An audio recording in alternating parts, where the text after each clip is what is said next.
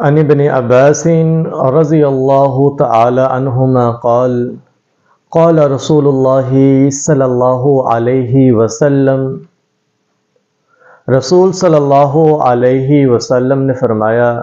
ابن عباس رضی اللہ تعالی عنہما روایت کرتے ہیں، امرت ان اسجد علی سبعۃ اعظم، رسول صلی اللہ علیہ وسلم نے 7 اعضاء کے اوپر سجدہ کرنے کا حکم دیا، والجبہہ پیشانی، واشار بیدہ الی انف، اور رسول صلی اللہ علیہ وسلم نے ناک کی طرف بھی اشارہ کیا، ایک عضو یہ ہو گیا، والیدین اور 2 ہاتھ، والرکبتین اور 2 گھٹنے، واطراف القدمین اور 2 پاؤں کے کنارے، ٹوٹل ملا کر یہ 7 بنتے ہیں۔ تو رسول صلی اللہ علیہ وسلم نے ان 7 اعضاء کے اوپر سجدہ کرنے کا حکم دیا۔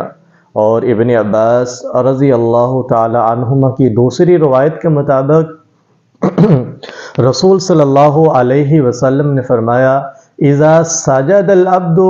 سجد معه 7 اعراب، جب بندہ سجدہ کرتا ہے تو اس کے ساتھ اعضاء بھی سجدہ کرتے ہیں۔ تو اللہ سبحانہ و تعالی ہمیں اس سر کو رب کے حضور سنت کے مطابق جھکانے کی، سنت کے مطابق سجدہ کرنے کی توفیق